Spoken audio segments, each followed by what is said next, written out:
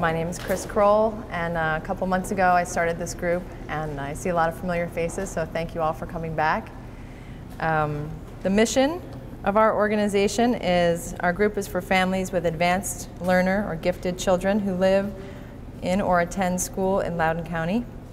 And we support the next generation of innovators and problem solvers by educating parents on how best to address the special needs of their children.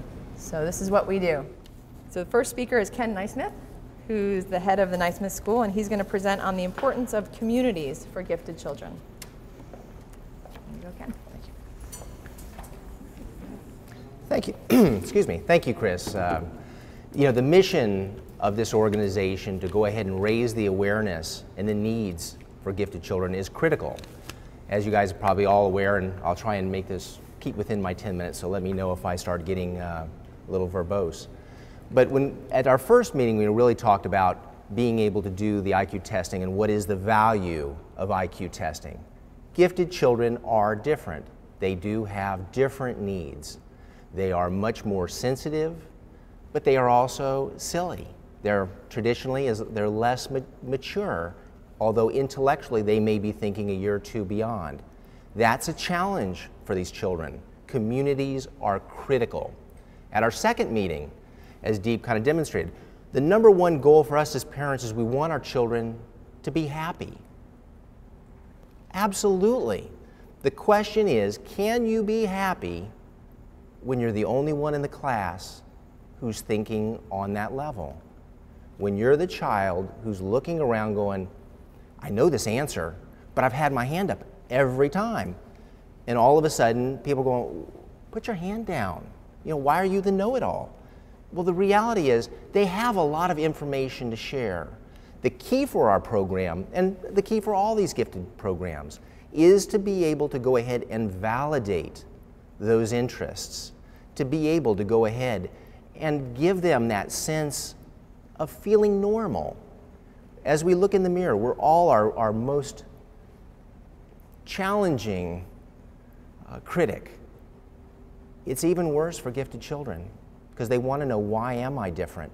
They don't have that sense of being normal because they're thinking, again, in a different plane. They're looking into, in many cases, situations, a social situation that may be absolutely meant innocently, and yet they're reading into it. What did they mean by that? Oh, I think they meant they don't like my hair when they said, you know, look at your hair. All they meant was, hey, look at your hair.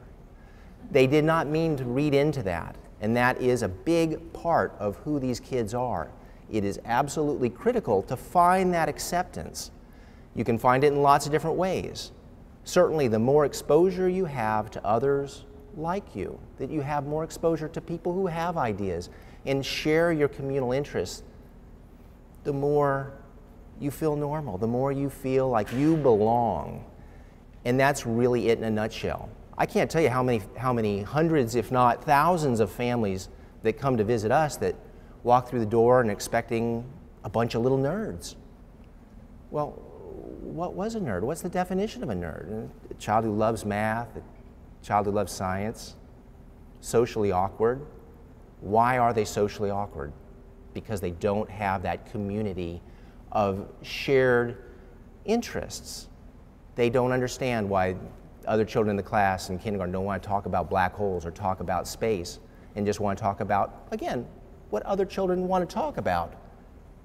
But if you've done the IQ testing, you know your child is, again, 1% of the population.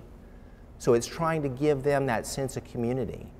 And what is most amazing to us, and we were just talking about it the other day, you know, if you look at the young children when they enter Nysmith, and I'm sure it's the same with the other schools, is that, again, you have lots of different personalities. And again, you have some of those idiosyncrasies. But the neat part is, by getting them together with groups of children with similar interests, they quickly have those socialization skills. We all know engineers, we all know programmers, and I don't mean to insult engineers, and I don't mean to insult programmers.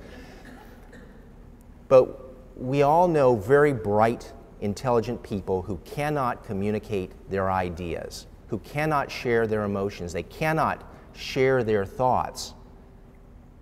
And it does make for a difficult life if you cannot communicate effectively. And I think that is where that sense of communities really becomes so absolutely critical. Another key element is being able to go ahead and have an environment that is geared towards them, that keeps them challenged. When you're talking about a sense of community and a sense of belonging, you don't feel like you belong when you're bored to tears, when you're just looking around going, why am I doing this? Come on, let me out of here.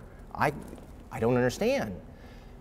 We really, with gifted schools, are geared specifically to the needs of gifted children. It is different.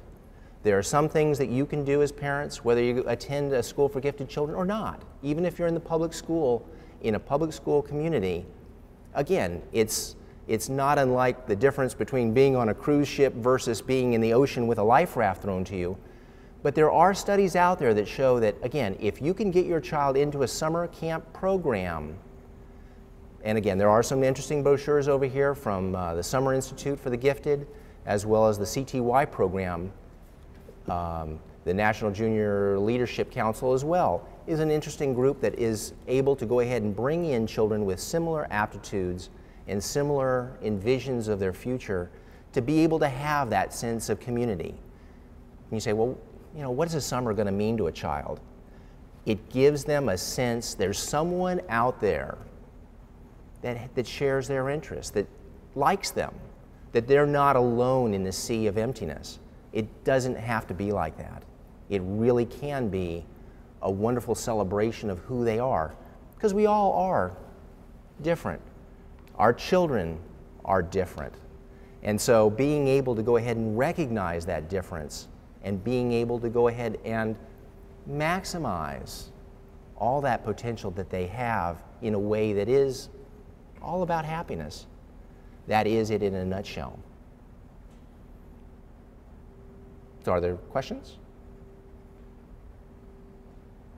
Great. Well, thank you for coming. Oh, I'm sorry. Yes, thank you. You touched a little bit on how the gifted children typically are a little bit immature compared to peers. It's one of the common characteristics. The question was talking about immaturity of gifted children. It is one of the common characteristics of gifted children. Can you elaborate on that a little bit in terms of what are some of the traits and things that you see in these children? You're going to see, again, it all depends on the age group, but it's not unusual to be talking to a kindergartner and talking in, again, many times gifted children relate better to older children and adults. And you'll be having an adult conversation and their toy falls over and they'll have a meltdown. You know, that's not unusual. And again, for some people, that really throws them. You know, they feel like that is a deterrent for moving forward into the next grade because their maturity is limited. But that's who they are.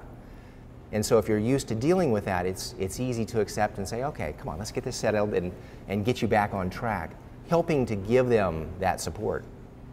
Did I answer your question? It really depends on the age, but it's remarkable to watch a child who is, again, kindergarten, first grade, thinking almost on an adult plane. You're having an adult conversation, and then lo and behold, you're wondering if you're dealing with a 1 or 2 year old. That's just who they are. Great, thank you. Thank you, Ken.